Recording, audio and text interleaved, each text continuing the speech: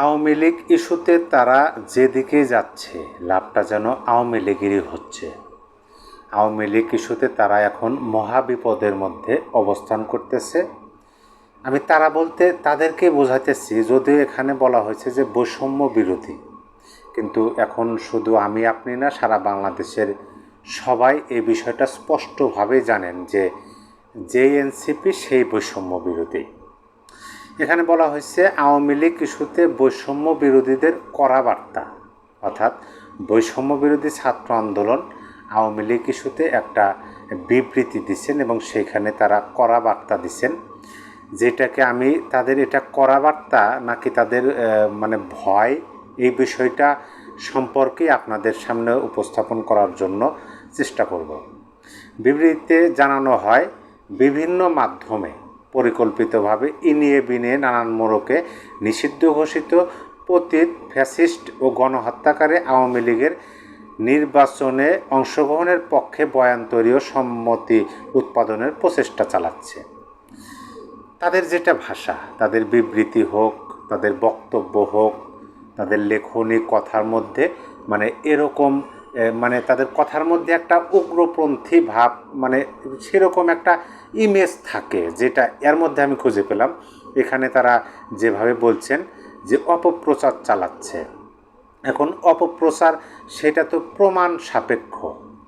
আপনি একটা কথা বললেন, আমি যদি বলি যে আপনি অপপ্রচার চালাচ্ছেন, সেটা আমাকে প্রমাণ করতে হবে যে এটা আদৌ অপপ্রচার নাকি আপনার কথাটা যৌক্তিকতা আছে এবং বাস্তবতা আছে। এতে বলা হয় মনে রাখতে হবে আওয়ামী লীগ কোনো রাজনৈতিক দল নয়, তারা একটি ফ্যাসিবাদী শক্তি, গণহত্যাকারী ও নিষিদ্ধ ঘোষিত জঙ্গি সংগঠন, যারা বিগত দেড় দশকে দীর্ঘ শাসনামলে গুম, খুন, অপহরণ, বিচার বহির্ভূত হত্যাকাণ্ড, বিচারিক হত্যাকাণ্ড, প্রকাশ্য দিবালোকে ধর্ষণ সহ মানবতা বিরোধী অপরাধের সঙ্গে জড়িত। এই কথাগুলো কিন্তু এই বৈষম্যবিরোধী ছাত্র আন্দোলনের বিবৃতিতে লেখা আছে, কিন্তু আমি যেটা মনে করি সেটা হলো যে তাদের এই সমস্ত বক্তব্যটাই ভিত্তিহীন। এই জন্য ভিত্তিহীন, তারা যে কয়টা মানে প্রশ্ন তুলেছেন সেই সবগুলো কিন্তু মীমাংসিত না, প্রমাণিত না। এগুলো হচ্ছে অভিযোগ, একটা রাজনৈতিক দলের প্রতি অভিযোগ। যেমন আমরা দেখি যে জামাতে ইসলামের বিরুদ্ধে ৭১-এর গণহত্যার সেটা হচ্ছে প্রমাণিত একটা বিষয়, তারপরে সেটা তারা বলতে দেয় না। এখন একটা রাজনৈতিক দলের উপর এই বিষয়গুলো অভিযোগ, যেটি আনা হয়েছে যে ফ্যাসিবাদী শক্তি, গণহত্যাকারী, নিষিদ্ধ ঘোষিত জঙ্গি সংগঠন, এগুলো অভিযোগ করা হইতেছে ৫ আগস্টের পর থেকে, সেটা আমরা দেখতেছি। কিন্তু এখন পর্যন্ত যদিও আমরা জানি যে এনসিপি বৈষম্য বিরোধী ছাত্র আন্দোলন নামক যে প্ল্যাটফর্ম, সেইটাই কিন্তু বর্তমান সরকারের নিয়োগকর্তা। তারা এখন পর্যন্ত ৩৬৫ দিন অতিবাহিত হয়ে গেল, প্রমাণ করতে তারা সক্ষম হয় নাই যে প্রকৃতপক্ষে এই যে প্রমাণ আওয়ামী লীগ ফ্যাসিবাদী শক্তি, গণহত্যাকারী, নিষিদ্ধ ঘোষিত, এগুলো হচ্ছে অভিযোগ। যদিও আমরা দেখি যে বিভিন্ন আওয়ামী লীগের কার্যক্রম আছে, আওয়ামী লীগ ক্ষমতার যখন ছিল তখন অনেকাংশে মানে ফ্যাসিবাদী বা এই বিষয়গুলোর সাথে সামঞ্জস্য, কিন্তু প্রমাণ তো করতে হবে। মুখের কথায় অভিযোগ দেখিয়ে এরকম হয়, এই যে গুম, খুন, অপহরণ, বিচার বহির্ভূত হত্যাকাণ্ড, বিচারিক হত্যাকাণ্ড, প্রকাশ্য দিবালোকে ধর্ষণ সহ এগুলো প্রমাণ করতে হবে। তারপরে এগুলো বলা উচিত, বিশেষ করে বিবৃতিতে বৈষম্য বিরোধীদের মতো প্ল্যাটফর্ম থেকে, কারণ তাদের নিজেদেরই তো ভিত্তি আছে বলে অনেকে মনে করেন না। তারপরে তারা যে কথাটা বলছেন সেই বিষয়ে আমি সত্যিকার অর্থে যে পরের যে কথাটা বললাম যে তারা যেদিকে যাচ্ছে লাভটা বোধহয় আওয়ামী লীগেরই হচ্ছে। যদিও এই বৈষম্য বিরোধী প্ল্যাটফর্মটি হচ্ছে গণ অভ্যুত্থানের নেতৃত্ব দেওয়া প্ল্যাটফর্ম, কিন্তু আমরা দেখছি যে এই প্ল্যাটফর্মটির মানে ব্যবহার করে কিভাবে নিজেদের স্বার্থ হাসিল করেছে এই প্ল্যাটফর্মের নেতারা, যার পরিপ্রেক্ষিতে সারা দেশের সকল কমিটি বিলুপ্তি করতে বাধ্য হয়েছে কিন্তু এনসিপির নেতারা। এনসিপির যে শীর্ষ নেতা তারাই তো বৈষম্য বিরোধীর মানে কি বলে স্থপতি। তাহলে এইটা কিন্তু স্পষ্ট যে এই সংগঠনের একটা বিবৃতিতে কাউকে মানে ডাইরেক্ট এরকম মানে অভিযোগ এখানে কিন্তু উল্লেখ করা উচিত ছিল যে তাদের বিরুদ্ধে অভিযোগ আছে, তারা ফ্যাসিস্ট, তারা গুম করছে, খুন করছে, বিচার বহির্ভূত হত্যা করছে, প্রকাশ্য ধর্ষণ করছে, এগুলো অভিযোগ আছে যে দলের বিরুদ্ধে, সেই দলকে পুনর্বাসনের জন্য এরকম বয়ান তৈরি ঠিক না। এইভাবে কথাটা বললে হয়তো বা তাদের সাথে আমি মনে করি যে মানানসই হতো। কিন্তু অভিযোগগুলো তারা মানে কি বলে, মনে করে যে হ্যাঁ তারা যেটা বলতেছে সেটাই বাস্তবতা। তারপরে যে বিষয়টা তারা বলছেন যে এ ধরনের যে কোনো চেষ্টা প্রতিহত করতে, অর্থাৎ আওয়ামী লীগ যেন আওয়ামী লীগের ব্যানারে অথবা অন্য কোনো মোড়কে নির্বাচনে অংশগ্রহণ করতে পারে না, বা এই ধরনের কোনো চেষ্টা যদি করে কেউ যে করতে যেন পারে তারা নির্বাচনে অংশগ্রহণ, তাহলে এই যে কোনো চেষ্টা প্রতিহত করতে প্রয়োজনে ছাত্র জনতাকে সঙ্গে নিয়ে আবারও অভ্যুত্থানের ডাক দেওয়া হবে বলে জানিয়েছেন সংগঠনটি।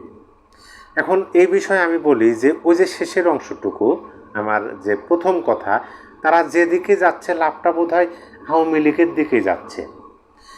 এখন এই সংগঠনের নেতৃত্বে গণ অভ্যুত্থান তো কোনোভাবেই সম্ভব না, সেটা একজন মানসিক ভারসাম্যহীন ব্যক্তিও নির্দ্বিধায় বলে দিতে পারে যে বৈষম্য বিরোধী এই প্ল্যাটফর্মের নেতৃত্বে বাংলাদেশে এখন কেন ভবিষ্যতেও আর কোনো গণ অভ্যুত্থান সংগঠিত করা সম্ভবপর হবে না। সেহেতু তারপরেও তারা বলছেন যে গণ অভ্যুত্থানের ডাক দিবেন।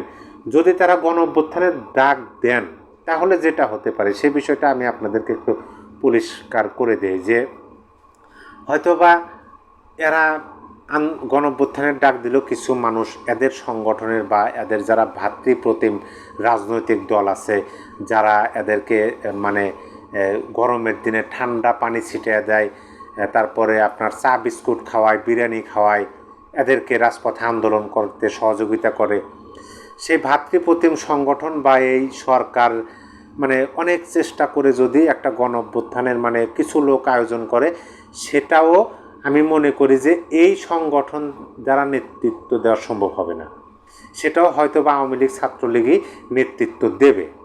কারণ আমরা এর মধ্যেই এই এক বছর যেতে না যেতেই আমরা শুনতে পেয়েছি যে এই বৈষম্যবিরোধী ছাত্র আন্দোলন সেটা তো বিলুপ্তির পথে, কিন্তু এই বৈষম্যবিরোধী ছাত্র আন্দোলনের যে অন্য প্রধান সংগঠক নেতারা এনসিপি, তারা নাকি ছাত্রলীগকে পুনর্বাসন করছে, আওয়ামী লীগকে পুনর্বাসন করতেছে টাকা খাওয়ার মাধ্যমে, চাঁদা আদায়ের মাধ্যমে।